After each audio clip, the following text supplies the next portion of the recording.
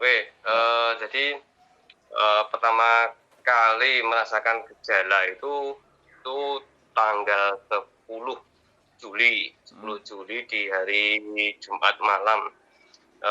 Siangnya itu saya merasa enggak apa-apa, Om Danang. Siang merasa sehat, enggak ada masalah. Kemudian pulang kantor, ya seperti biasa masih nyiapin sepeda untuk sepedaan besok paginya toh, karena biasa saya Sabtu itu kan masih rutin olahraga sepedaan hari Sabtu pagi. Nah, tiba-tiba jam 9 malam itu kok rasanya tenggorokan itu merasa nggak enak awalnya itu. Nah, kemudian setelah itu saya coba untuk kasih obat toh, minum obat flu dan batuk seperti itu. Terus saya pakai tidur. Nah, setelah itu ya udah demam. Malamnya itu demam tinggi ya. Jadi ketika demam juga saya minumin paracetamol, tapi turunnya cuma sedikit, habis itu demam lagi. Itu selama 2 hari. Di paginya itu juga masih demam. Hari Sabtunya itu masih demam Sabtu. Tapi saya sudah pindah kamar itu, saya sudah dapat kamar tersendiri. Nah, setelah itu saya baru melakukan swab itu di hari Minggunya, setelah saya merasa badannya agak enakan dikit toh. Nah, saya terus pagi itu swab terus saya berangkat sendiri toh, naik mobil, terus pulang, hasilnya positif. Nah, setelah itu ya terus saya isolasi. Nah, saya merasakan demam itu kurang lebih yang demam tingginya 2 hari. 2 hari. Tapi kalau hari ketiga itu masih ada demamnya, hari keempat juga masih ada demamnya, tapi relatif menurun ya, menurun. Terus saya juga batuk pilek gitu, batuk pilek.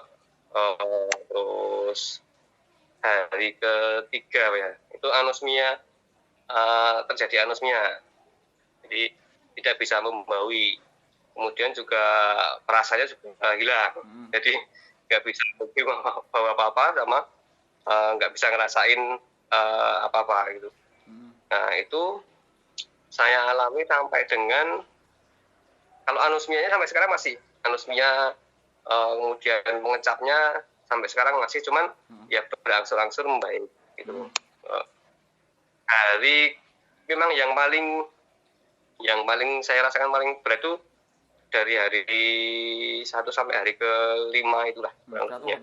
Ya. Nah, itu saya di antara hari itu, tentang hari itu saya merasakan juga lemas gitu ya, kemudian agak sedikit susah bernafas.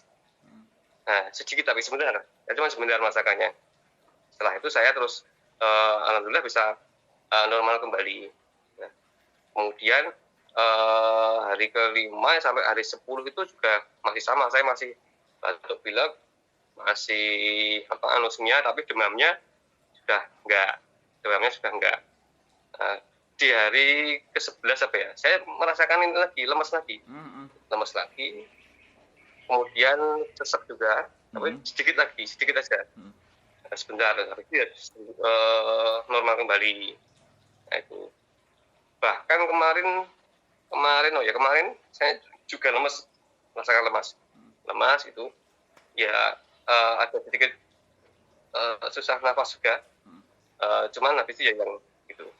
Nah, saya memang dipantau sama petugas puskesmas ya, walaupun tidak intens dia, sering ditanya gitu bagaimana perkembangannya, hanya lewat SMS sih, lewat WA maksud saya, lewat WA gitu, bagaimana perkembangannya, kemudian saya menyampaikan.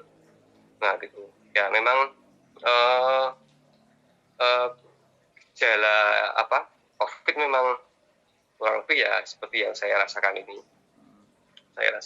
Kemudian memang bergejala COVID-nya sendiri, kalau menurut pihak puskesmas itu memang reaktif di 10 hari itu.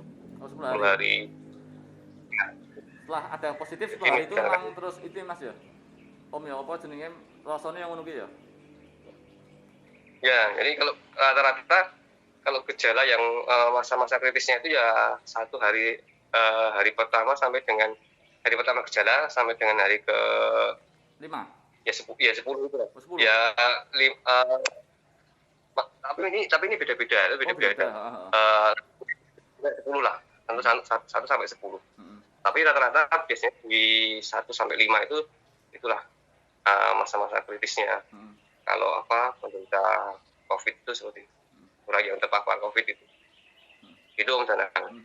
Terus untuk ini Om Wiwit mau tanya, jenengan bekerja di sebuah perusahaan dan posisi jenengan juga posisinya sangat oke lah ya, sangat bagus. Di antara teman-teman jenengan itu ada yang sakit sampai meninggal enggak?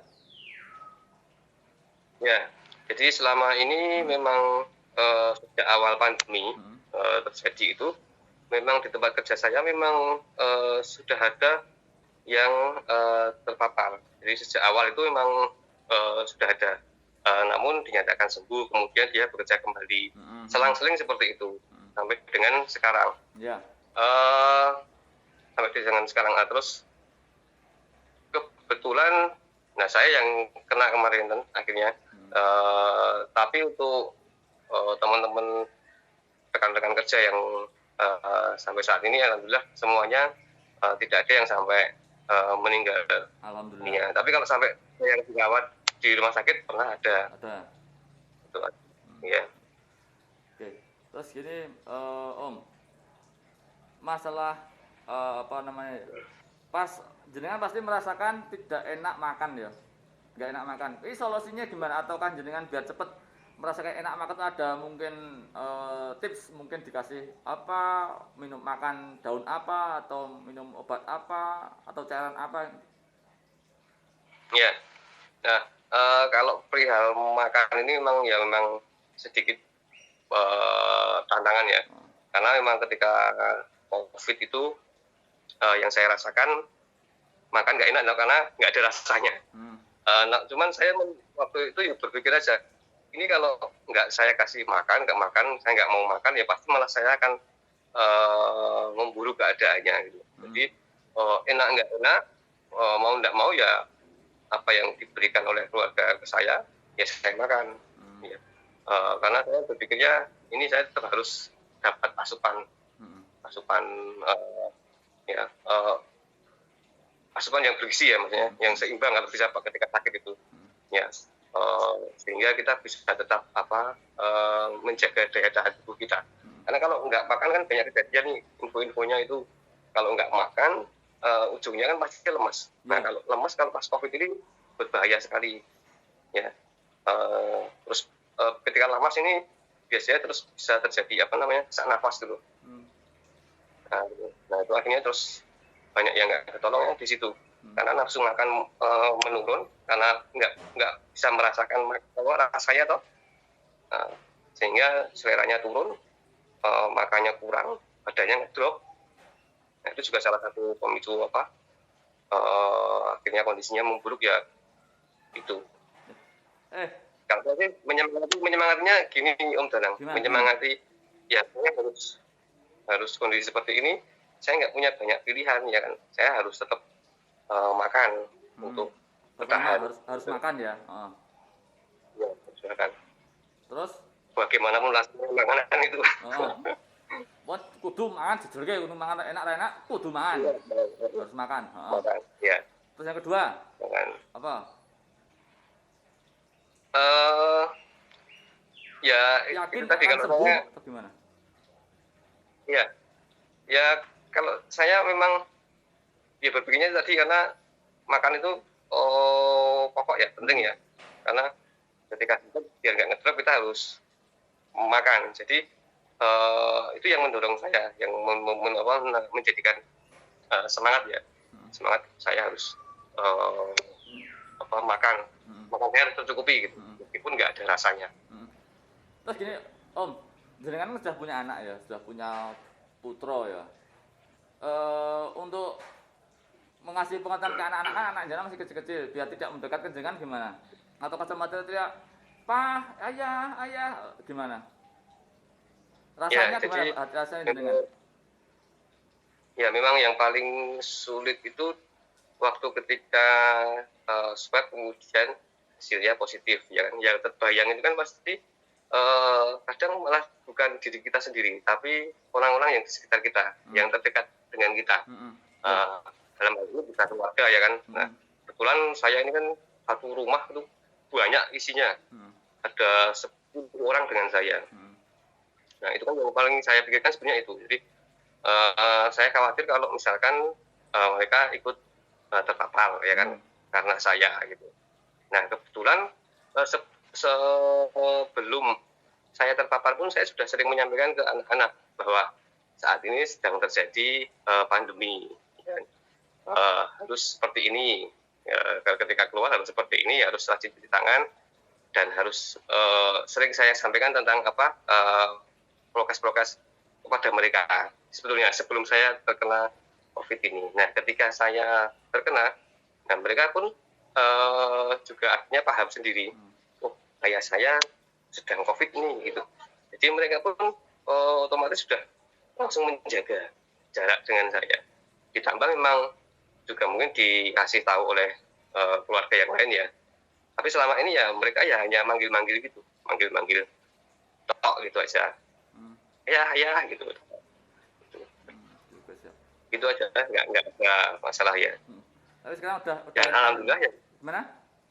Ya, alhamdulillah kemarin juga ketika di swab negatif mereka kan, itu juga yang membuat saya jadi tambah semangat, ya, jadi tambah semangat untuk segera bisa menjalani isolasi ini dan sembuh gitu. Jadi semangatnya jenengan dari anak juga ya, aku kudu sehat gitu ya Om ya. Ya betul. Keluarga gitu ya, pertama keluarga ya. Ya, karena saya tahu mereka di swab negatif itu juga menjadi penyemangat tersendiri bagi saya. Beda kan misalkan mereka nanti di swab positif lah, saya juga harus mau nggak mau kan mesti, walaupun saya nggak bisa berbuat apa-apa ketika saya juga isolasi, tapi pasti itu menjadi menambah pikiran lah ya. Pikiran. Oke, Om Wiwit, terima kasih masukan-masukannya, informasinya. Semoga Om Wiwit cepat sembuh dan sekarang sudah negatif ya Om ya, sudah di swab ya. Sudah negatif ya. Semoga cepat kembali lagi seperti biasanya, bisa berkumpul dengan keluarga, bisa naik sepeda lagi, ngepit-ngepit lagi, wes mubeng-mubeng sak Indonesia. Wan digale pos iki meneh wan. Semangat. Saya mau nambahkan sedikit. Mau nambahkan sedikit boleh? Siap. Jadi bagi teman-teman yang saat ini sedang isoman atau positif, ya yang harus dilakukan menurut saya ya, yang pertama adalah selalu berpikiran positif ya kan, berpikiran positif bahwa ini bisa kita lewati ya kan, bisa kita lewati. Kemudian yang kedua adalah semangat tadi, semangat harus ditumbuhkan ya, tumbuhkan dari diri sendiri ya. Kalau isolasi mandiri seperti ini ya harus menyemangatnya dari diri sendiri. Karena isolasi mandiri seperti ini misalkan ya memang harus ya benar-benar sendiri kan. Jadi nggak ada lagi